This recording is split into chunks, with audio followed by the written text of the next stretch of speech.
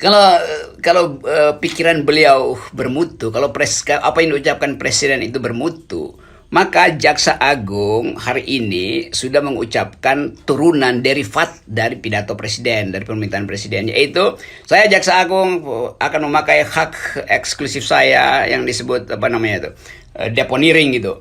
Karena itu saya hentikan seluruh pemeriksaan terhadap Jumhur Ustadz Habib Rizik, harus segera dikeluarkan. Kan itu langkah yang orang mengerti bahwa presiden serius. Tapi aparat negara sampai sampai sekarang tetap tidak punya poin untuk melepaskan mereka. Jadi percuma presiden ucapkan itu kalau nggak ada langkah.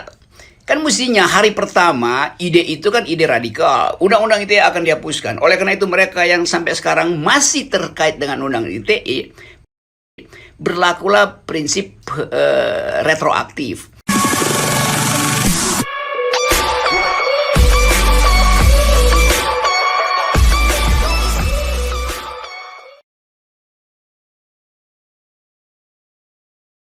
Itu betul tuh. Beliau sekedar tes ombak tuh. Seberapa serius tanggapan publik. Tapi saya anggap publik nggak akan layani itu karena berkali-kali ombaknya ombak palsu. Jadi nggak perlu terlalu diperhatikan lah. Ini angin sorga, banyak angin sorga hari-hari ini. False wave.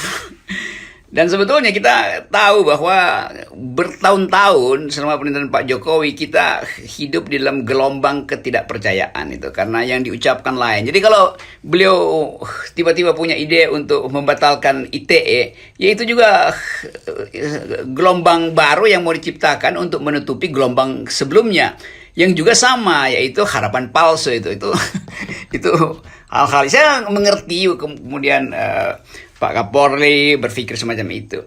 Tapi kalau saya mau terangkan secara sedikit akademis, undang-undang ITE itu cuma alat. Jadi peralatan dari istana untuk mengendalikan oposisi itu.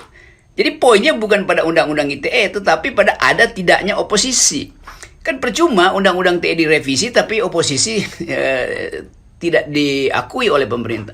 Lah Presiden Jokowi sendiri yang menyebutkan negeri ini demokrasi kita tidak memerlukan oposisi karena kita Pancasilais. Jadi cara berpikir presiden udah final buat dia tidak menghendaki oposisi. Oleh karena itu, kalau ada oposisi, undang-undang ITE ya bisa diabaikan. Nanti pakai undang-undang lain yang lebih berat, pidana, macam-macam kan. Jadi kelihatannya begitu. Nah, poin ini yang mestinya dimengerti oleh publik bahwa itu sama dengan misalnya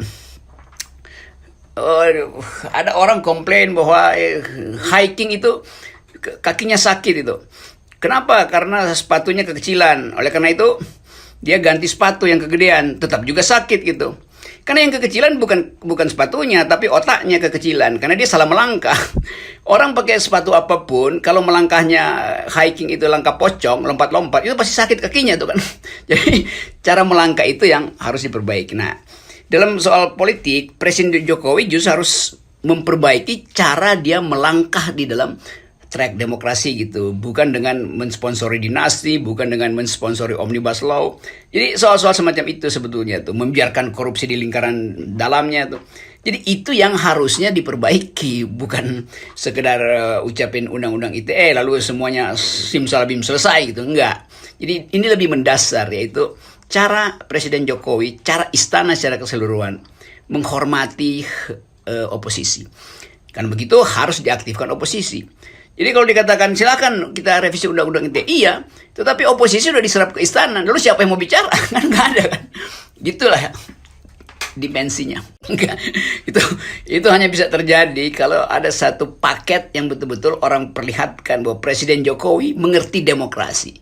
Kalau itu orang pahami, mau pakai perbanyak aja segala macam undang-undang tuh. Tetapi kalau kekuasaan itu tidak paham tentang demokrasi, percuma, nggak ada gunanya tuh. Karena nanti juga intelijen akan cari cara supaya memuaskan keinginan presiden agar supaya oposisi tidak ada.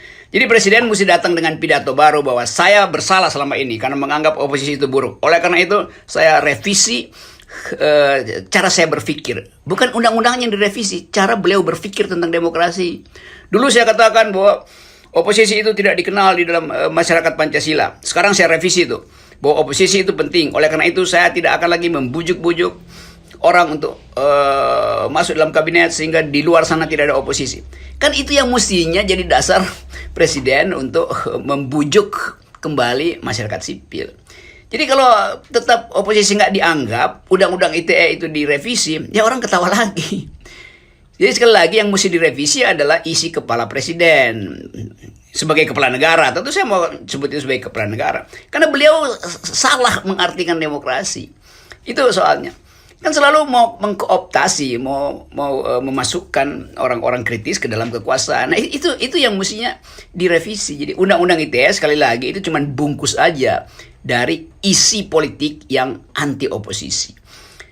Kalau saya bisa tambahkan, kalau Presiden Jokowi mau konsisten, jangan pilih rektor, biarkan rektor dipilih oleh sivitas akademika sendiri. Itu baru konsisten. Undang-undang ITE direvisi, tetapi rektor tetap dipilih oleh presiden. Nah, itu berarti dari awal rektor pasti akan memuji-muji presiden. Demikian juga akademisi yang lain tuh. Itu aja, simple sebetulnya. Kalau pikiran beliau bermutu, kalau apa yang diucapkan presiden itu bermutu, maka Jaksa Agung hari ini sudah mengucapkan turunan derivat dari pidato presiden, dari permintaan presiden, yaitu saya Jaksa Agung akan memakai hak eksklusif saya yang disebut deponering gitu. Karena itu saya hentikan seluruh pemeriksaan terhadap Jumhur Ustadz Habib Rizik, harus segera dikeluarkan. Kan itu langkah yang orang mengerti bahwa presiden serius. Tapi aparat negara sampai sekarang tetap tidak punya poin untuk melepaskan mereka. Jadi percuma presiden ucapkan itu kalau nggak ada langkah. Kan mestinya hari pertama ide itu kan ide radikal. Undang-undang ITE akan dihapuskan. Oleh karena itu mereka yang sampai sekarang masih terkait dengan undang-undang ITE, berlakulah prinsip retroaktif. Artinya hentikan sejak sekarang. Karena presiden punya maksud lain dalam upaya membangun demokrasi. Kan mesti begitu. Atau kita tunggu aja nih jam 10 pagi. Ada nggak Jaksa Agung atau pihak-pihak kekuasaan, Menko Polhukam atau Menteri Hukum dan HAM langsung mengaktifkan akalnya untuk melayani permintaan presiden? Itu soalnya kan.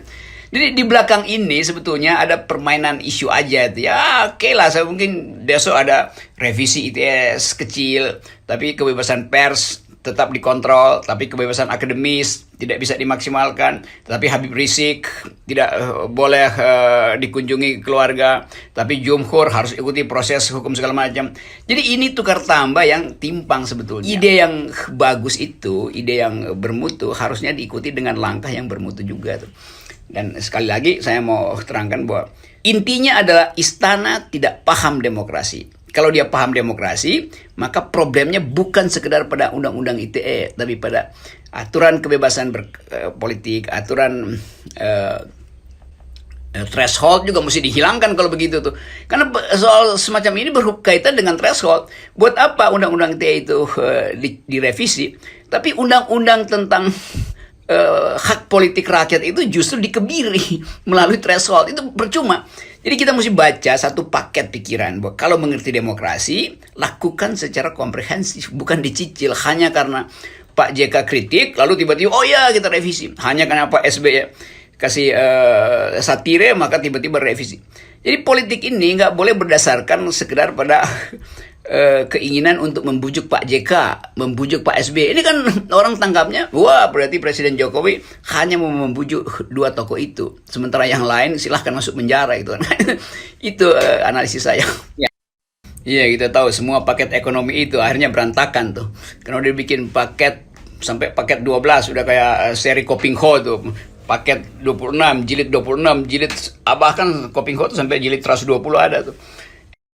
Ini Pak Jokowi udah di ujung kekhawatiran dia tiba-tiba punya ide untuk melepaskan kendali politik. Itu ajaibnya di situ tuh. Dan orang akan lihat pas eventnya apa. Barusan dia ngotot supaya pemilu 2022 itu ditunda ke 2024. Kenapa? Ya karena alasan politis. Karena alasan dinastinya nggak ada yang berani bertarung di 2022-2023. Jadi orang akan bandingkan dengan kebijakan-kebijakan yang disembunyikan oleh presiden sebetulnya. Ya, saya kira itu yang penting. Jadi intinya adalah undang-undang ITE itu cuma alat kontrol terhadap oposisi itu. Jadi yang harus dipulihkan adalah hak beroposisi itu. Itu intinya itu. Yang kedua, kegiatan mahasiswa kampus itu harus dibebaskan dari pengendalian kekuasaan. Nah sekarang kultur akademis kita nol. Itu yang menyebabkan kampus jadi extension dari kekuasaan yang berlaku di ITB sekarang. Jadi sekali lagi, semua ide itu harus kita tempatkan dalam konteks. Nah konteks besar kita adalah istana harus pelajari lagi kemampuan mereka untuk menghasilkan politik demokratis. Baru bicara tentang hal-hal teknis. Jadi jangan sogok Pak JK dan Pak SBY dengan soal undang-undang ITE itu. Sogoklah rakyat dengan kecerdasan berdemokrasi. Saya kira itu tipu-tipunya tuh. Oke.